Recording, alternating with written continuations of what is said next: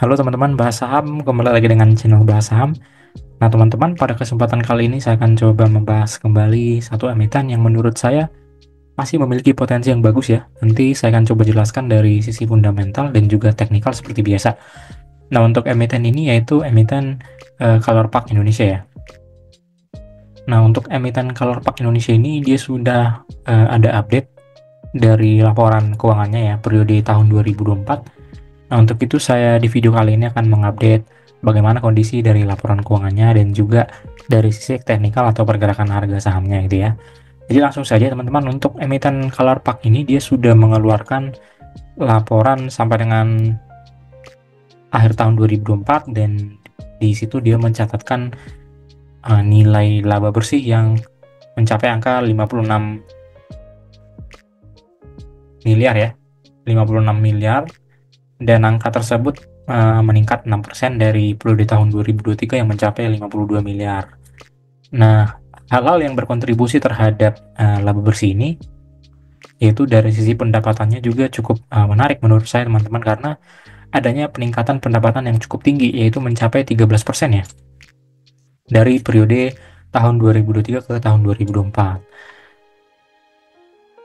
Nah, kemudian untuk ekuitasnya juga meningkat ya dari 555, ada peningkatan kurang lebih 3% dari tahun 2023 yang mencapai 555 miliar tadi gitu ya.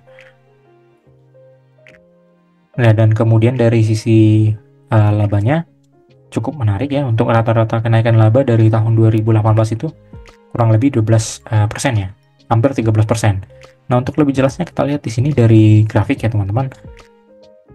Untuk emiten ini tadi pendapatannya terlihat meningkat dari 2023 ya.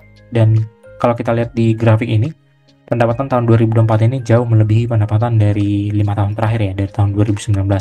Dan begitu juga laba bersihnya. Laba bersih di tahun 2024 ini dia lebih tinggi nih dari tahun 2019 sampai dengan tahun 2023. Yang artinya growth dari emiten ini cukup bagus ya. Dan dari sisi ekuitasnya juga meningkat. Utangnya ya masih signifikan memang, tapi kalau dibandingkan dengan ekuitas atau aset bersihnya itu hanya mencapai 40% ya. Dan ya menurut saya sih likuiditasnya cukup baik.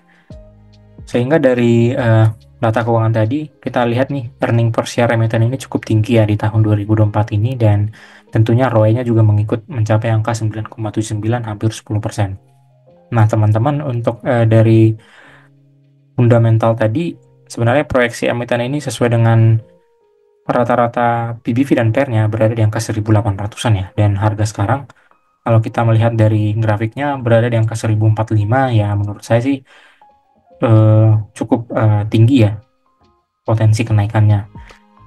Di sini menurut analisis teknikal ataupun analisis fundamental yang saya buat, untuk emiten ini sih ekspektasi kenaikan harga menurut saya itu mencapai angka 77% ke angka 1.800 ya. Nah, kemudian dari sisi harga wajar juga dengan membandingkan PBV dan PER yang pernah diraih rata-ratanya, seharusnya harga wajarnya di angka 1.100-an ya. Memang tidak terlalu tinggi spare-nya dari harga sekarang yang berada di angka 1.045. Nah, dari sisi fundamental menurut saya kesimpulannya, emiten ini kan tadi dia menghasilkan pendapatan yang sudah jauh melebihi ya dari tahun-tahun sebelumnya. Begitu juga laba bersihnya.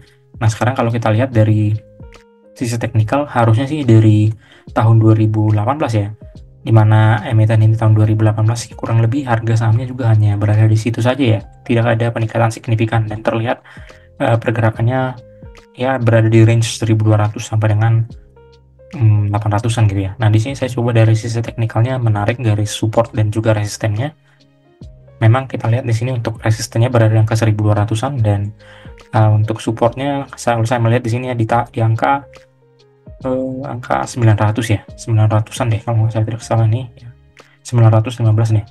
Nah, dari tahun 2018 dan 2019 juga emiten ini pernah diangkat naik nih tahun 2021 ke angka 1.200-an. Tapi ya terlihat konsolidasi di sini ya, dan balik lagi ke angka 1.000-an. Padahal tadi kalau kita lihat dari sisi fundamental, jelas-jelas ini pendapatannya sudah jauh melebihi pendapatan tahun-tahun sebelumnya, dan juga laba bersihnya sudah jauh melebihi tahun sebelumnya gitu ya. Nah, jadi saya sih kalau pergerakan harga saham ini pasti akan mengikuti fundamentalnya. Dan terlihat memang di sini harusnya ya untuk emiten ini dia merangkak naik nih ya ke angka 1.200. Ya intinya logikanya teman-teman, kalau memang emiten ini dengan performa yang jauh melebihi performa tahun-tahun sebelumnya, dia masih sama di harga ini di angka ya kurang lebih 1.200-an ya kalau saya lihat ya. Di sini dia sudah pernah meraih angka 1.200 pada tahun 2021. Sementara tadi di tahun 2021 kita lihat di sini laba bersihnya itu ya jauh ya dari tahun 2024 sekarang, dan juga di sini juga pendapatan tahun 2024 lah yang sudah melebihi pendapatan tahun 2021 gitu ya. Jadi seharusnya di angka 1.200 ini ya seharusnya lebih layak dihargai melebihi angka 1.200 gitu ya teman-teman. Nah, potensi kedepannya gimana dari sisi teknikal? Saya yakin sih untuk emiten ini untuk long term atau medium term itu layak dihargai di angka kurang lebih 1.200 ke atas ya.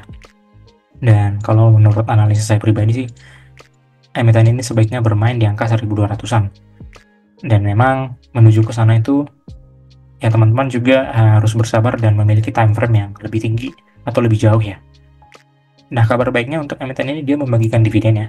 Untuk dividennya dia juga rutin, dan tentunya itu adalah hal yang perlu diapresiasi oleh investor karena mereka juga dari sisi manajemennya mengapresiasi investor.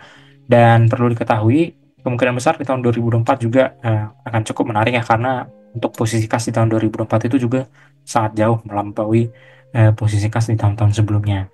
Dan dengan adanya posisi kas ini juga mendukung laba bersih tadi. Ya, laba bersihnya juga meningkat. Ya, kalau memang dibarengi dengan posisi kas yang cukup tinggi juga, nah ini juga sangat menarik ya. Di samping tadi nilai likuiditasnya juga cukup bagus. Nah, untuk emiten ini saya analisis sih kemungkinan besar akan melebihi harga sekarang nih, baik dia periode medium ataupun long term gitu ya teman-teman. Nah, mungkin sekian pembahasan singkat mengenai emiten CLPI. Nah, kedepannya teman-teman tetap berinvestasi yang baik dan juga tetap analisis menurut analisis pribadi. Terima kasih.